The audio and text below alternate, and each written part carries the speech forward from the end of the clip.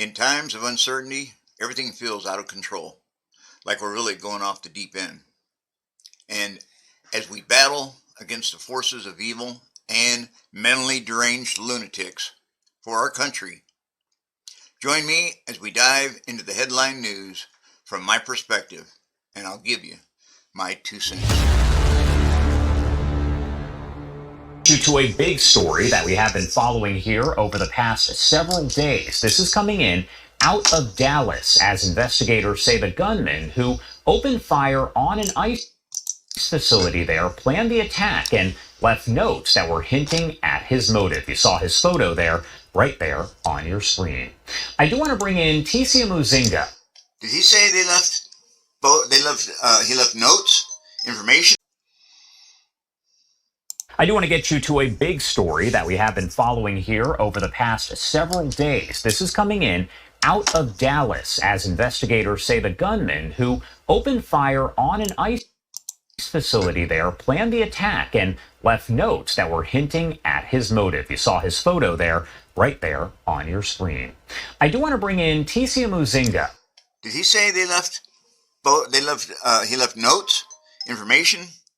Because they keep saying they don't know nothing about him. Over at Fox 4 Dallas, she is following all of the latest information here and joins us live. Ticia, there's a lot to this, and we are learning a lot of details here. Yeah, we sure are. Good morning to you. Well, so the FBI says 29-year-old Joshua Yan left behind handwritten notes indicating that he wanted to kill federal agents. He also did say that he did not expect to survive this incident. Now, the FBI says the gunman targeted the Dallas ICE office building Wednesday morning. One detainee was killed and 2 others were injured. Yan then turned the gun on himself. Investigators searched homes connected to Yan in North Texas and Oklahoma. They say they found, once again, handwritten notes that indicated he hated the... And they found handwritten notes. This guy is so reprogrammed by all this garbage he's been digesting and hearing from both his ears. And I'm not going to say he looks a little off. And by off, I mean not mentally healthy, because a lot of people aren't. Like I said in the other, that people are just losing their mind. They are not capable of digesting and processing all the information they're getting. And when these radical lunatic politicians get on screen, on TV, and start saying this stuff, their little brains don't know how to process it. And it is the left's fault that's doing all this. Federal government wanted to cause terror and acted alone. These agents were heroic, clearly willing to lay down their lives to save the lives of the detainees in their custody. Wow. You hear that? Well, they say Yan used an ICE tracking app designed to spot, track, and locate ICE officers. Now, the names of the victims have not been released yet, but we do know that there was a vigil held for them to support them and as well as their families. Back to you. And Ticia, I did want to ask you here, because we know that there was a news conference that was held yesterday. There was one just the day before. We have not received any kind of indication if we are going to get an update of any kind today, correct?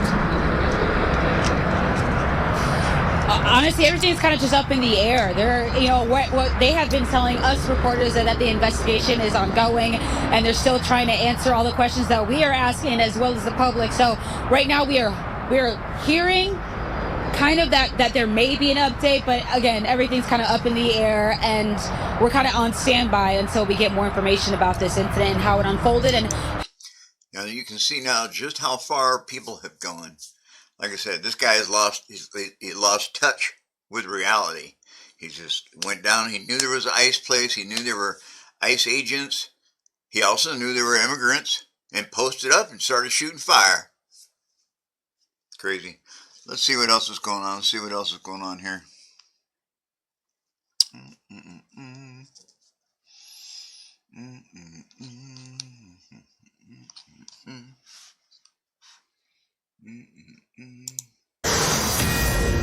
I was one of the ones who initiated the 911 call. I was the first one who heard the gunshot go off, and then the second shot goes off. And that's when I got a cold feeling down my spine. Okay, this is unusual. So I started up I started putting my belts, my tactical belts, my body armor, and I put my helmet, and then the third shot came out. That's when I knew that we were under attack at that moment. That's a Dallas ICE agent describing the moment last week's deadly shooting began. Officials say the gunman was targeting agents, but ended up killing 2 detainees and injuring 1 more. Fox got an exclusive tour of that facility after the attack, and Brooke Taylor has the details for it. You know, you would think that there would be bulletproof glass. Maybe this building was something else. Originally, it was built as something else.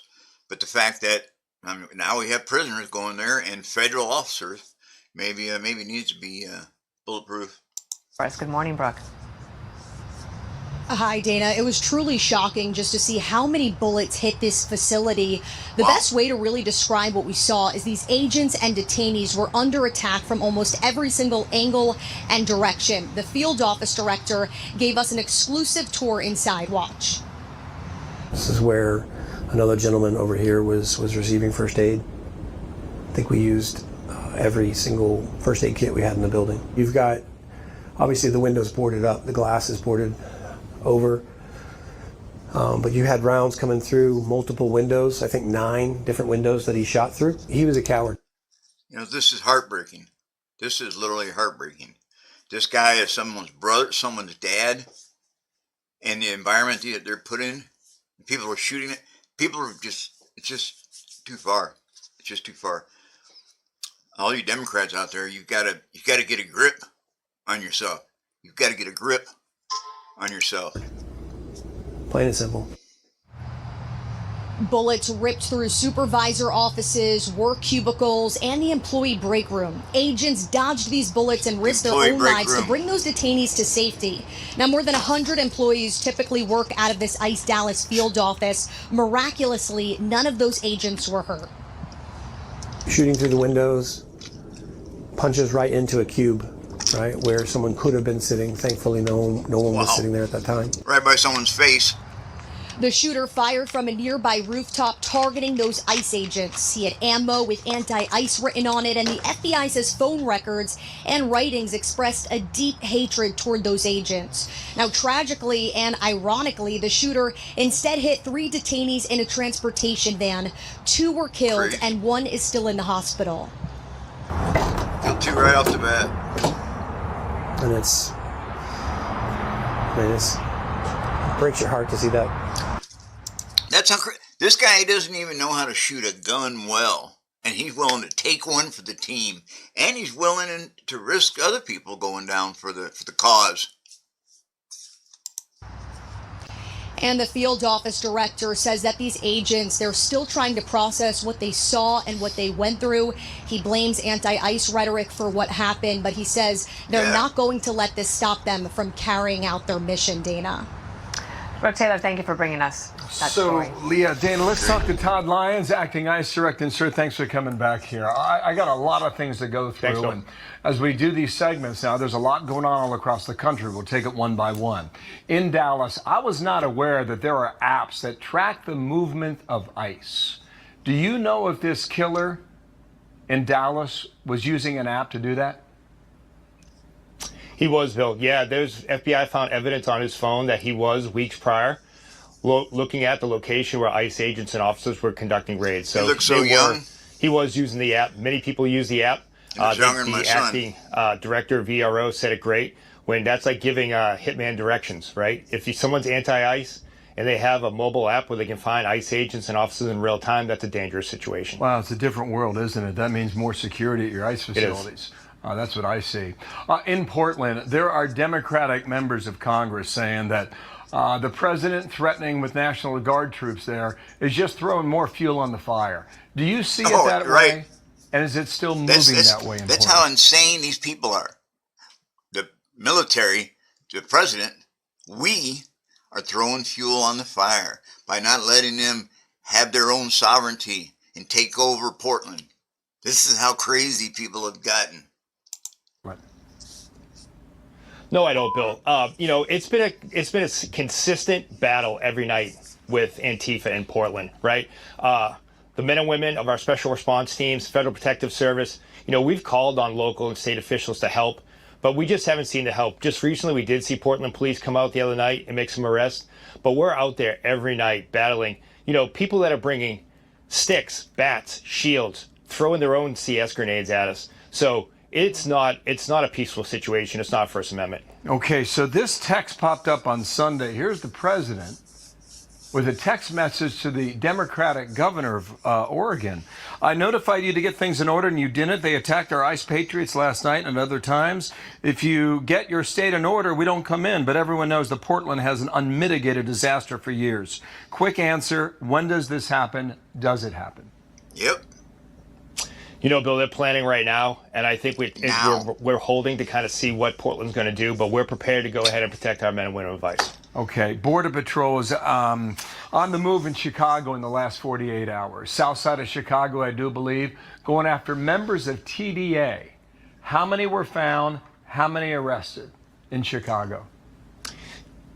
They've made over 40 apprehensions, and when you think about it, that was a known empty apartment complex that the city knew of, that it was known TDA members were in that building. They arrested several TDA members with criminal histories. We knew there were going to be weapons in that location. There were people living in squatting in vacant apartments. Just recently, we arrested a sex offender, first-degree sex offender of a child in Chicago. So there are definitely public safety threats. We thank the Border Patrol for helping us with our interior enforcement. But it's important that we go ahead and we take care of these public safety threats, especially in abandoned apartment buildings like that. Is that going to continue, south side of Chicago and other parts? We are Operation Midway Blitz is going to keep going. Wherever there are criminal aliens that we do have actionable intelligence on, we're going to go ahead and make those arrests. There's a superintendent in Des Moines, Iowa. He has resigned now his position. And apparently he was here illegal, had a deportation order in 2024 under then President Joe Biden and did not leave. Here is the chair of the Des Moines School Board. Her name is Jackie Norris. Also running as a Democrat for a Senate seat, possibly in Iowa. Watch here. This guy was never a superintendent. In fact, he calls himself Dr. Robinson. He's not a doctor. He lied. He didn't even go to college, or he didn't get his doctorate.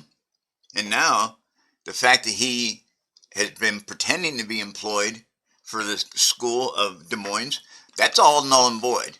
He's not going to have any retirement coming out of there. He's not going to have any vacation pay coming. In fact, they did their own twisting of the laws and rules to hire him. He didn't have his I-9. They cheated and lied for him. And, I'm sure he's a good guy, but he's not an American. The individual who was leading our district with energy and enthusiasm was detained by ICE agents. Since that time, this district, the Iowa Department of Education, the Department of Homeland Security, and others have learned that his citizenship and status and eligibility to work in the United States is not what we were led to believe. We really have to stay focused on how we're communicating with our young people, because citizenship is a very complex issue. Think of that. That was the woman over the weekend said you need radical empathy in a case like this. Yeah, that's what she's... it's not a complex issue. This gentleman actually started his immigration career in 1994. She lost her position. She's actually a responsible American citizen. And now that she's had a minute to process this in her head, she's come to the rationalization, this guy's not allowed to be here. He's got to go. You're not hating on him, but he's got to go. Where he was arrested for selling narcotics, then later for theft of a vehicle, came back on a student visa and had multiple weapons charges. Bill, he had a gun, cash, and a knife on him when he fled ICE agents. So I'm very happy that we were able to take We didn't know none of that, did we? But it's a scary thought that he was leading a large school system like that. I'm assuming someone like Ian Roberts would be sent back to his home country of Guyana in South America. Is that right? 100%. Yes, sir. Yeah, 100%, Bill. Okay, timelines. Thank you.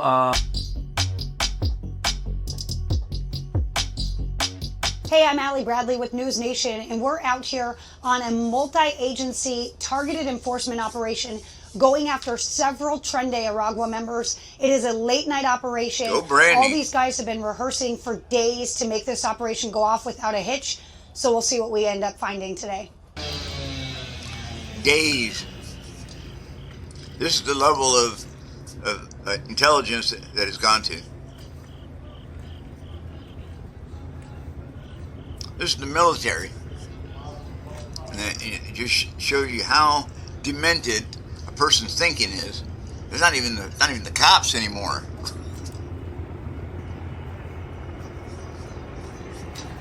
That must be his room or the apartment.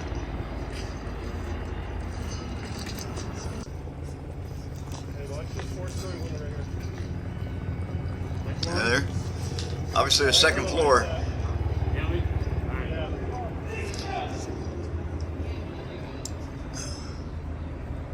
I heard it.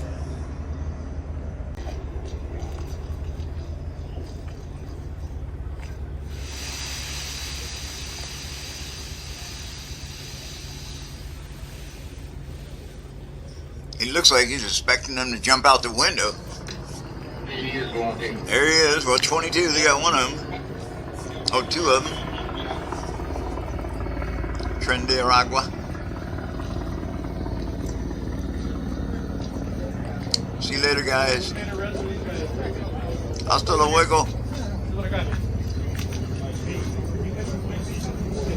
You guys ain't even 20 years old. Maybe 17. Got the tattoos? Yeah, they're getting identifying marks right now. Let's see what you got for tattoos all over you.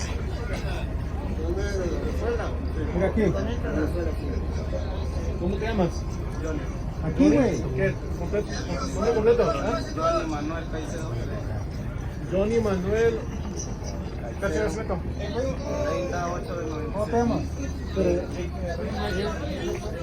Reina. ¿Tienes documentos para estar aquí en los Estados Unidos legalmente? ¿Estás ilegalmente aquí, no? Entré por la bolsa de... ¿Tienes documentos? ¿Qué? ¿Entregaste? Sí. Como ahorita te vamos a mandar también para tu país. Ah. You like Michael Jordan? You like Michael Jordan? You like Michael Jordan? Okay, I'm gonna move on this way. Acá. Yeah, they're going to take him into custody, trying to identify him for sure. Even though they're talking to him, I don't speak Spanish. So you want to move the next guy this way with fucking Homeboy? I don't know Homeboy's name. But they have to identify him by the physical characteristics, not by the color of their skin necessarily. You know, if they get somebody and they had Mary Poppins tattoo on them or that Donald Duck, they might have the wrong person. They're going to at least help confirm in their head that they got the right people.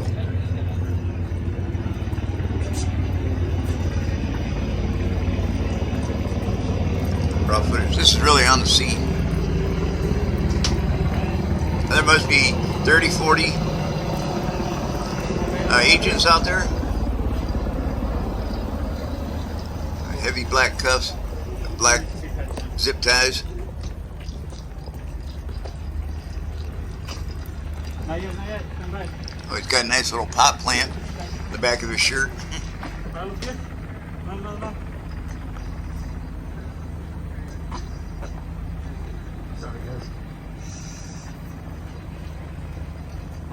This is in Chicago. I don't know where exactly. I mean, is it downtown or what? Let's see. We got The here's stress Bovino. level goes up for everyone involved. We all want to come home at the end of shift, but we also are going to accomplish that mission. So merging those two together is very important, especially from a leadership perspective, and that's what I'm looking at right now. What kind of danger are the guys and girls going into here? Is there a concern for safety going into this operation? The individuals that we're going after, Tren de Aragua, one of the most violent gangs that the United States is plagued with right now. They traffic in arms, they traffic in humans, they have little regard for life. And anytime you've got that mix in a high... You know, I want to verify something he said. I have a couple people that I know from Somalia and Nicaragua, and they don't appreciate life. They don't hold the value of a living being the same as we do. They simply don't. It's not much more than a dog. That's just how their brain has been geared for that, from where they're from. They're from a third world country where you can be killed for doing something that, you know, for stealing an apple. concentration in one area, problems can arise. So we know there's weapons. There's been reports anyway of them taking over units in this apartment complex that we're going to hit via force with guns. Now, Chief, you've been around the city. You've been going nonstop. What would you say to the people who are against your operations right now when you're going and doing something like this to keep the community safe? What would you say to those people who are saying, I'll tell you what you can say. We're out here cleaning up the streets, making America safe, because it's not safe to go down these places. I know. I come from Anchorage, Alaska, and the problem there is just as bad, if not worse, than anywhere else. And it's you're not even feeling safe to get out of your car to go into a 7-Eleven. I got to run in there from Speedway. I won't even park on the other side of the building because it's not safe to be around the edge of the building. Calling you guys Gestapo, things like that as you're walking around, what would you say to them?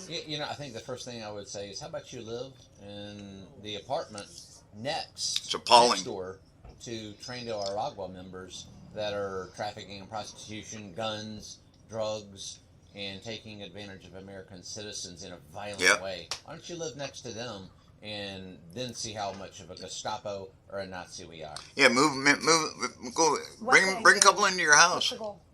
Well, the end game tonight, obviously, is to make that area a safe place. We're going to remove all illegal aliens, especially if it's Tren de Aragua, but any and all illegal aliens, and that's going to make this community a safer place.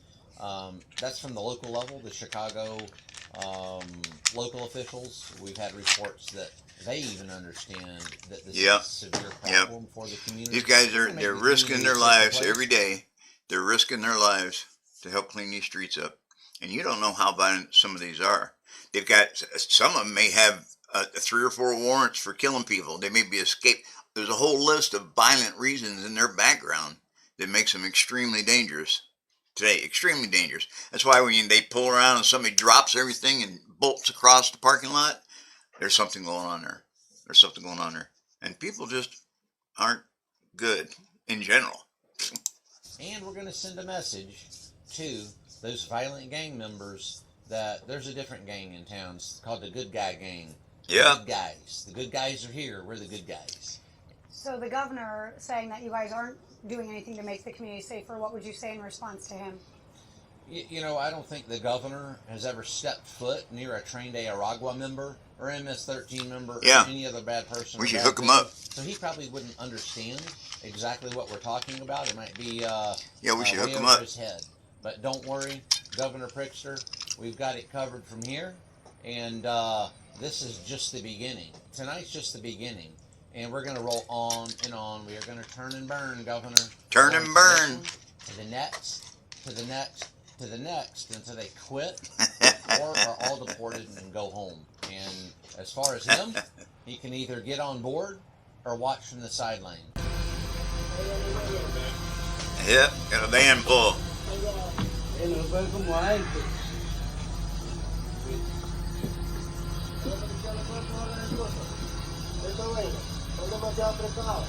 Load them up. Load them up. We got about 6 of them in there.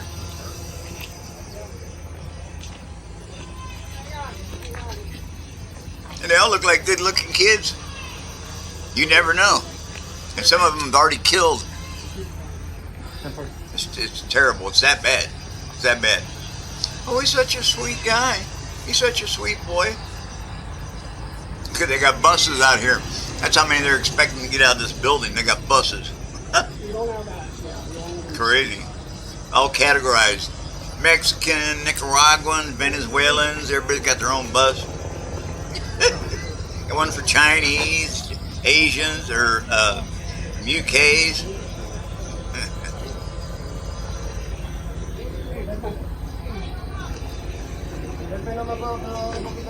No. I'm not safe in there with that one. No. These are rival gang members. They'll start busting heads.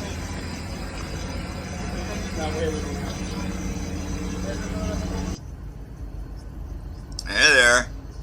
Yeah, I see those vans around all the time, too. I didn't know that's who they are. I know the ones that got the green slash on them. So this operation was one that took a lot of planning, coordinated effort amongst several agencies, huge show of force. How did the operation go as the chief here? Elliot. Oh, here they are further up. It was a big building. How many apartments is in there? 300. Oh, 300 federal agents. 300 federal agents.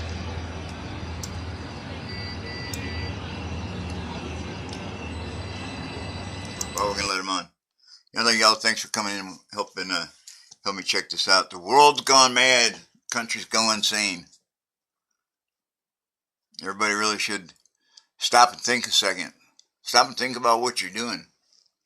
Because people that are going out here, they're not safe. They can't be trusted.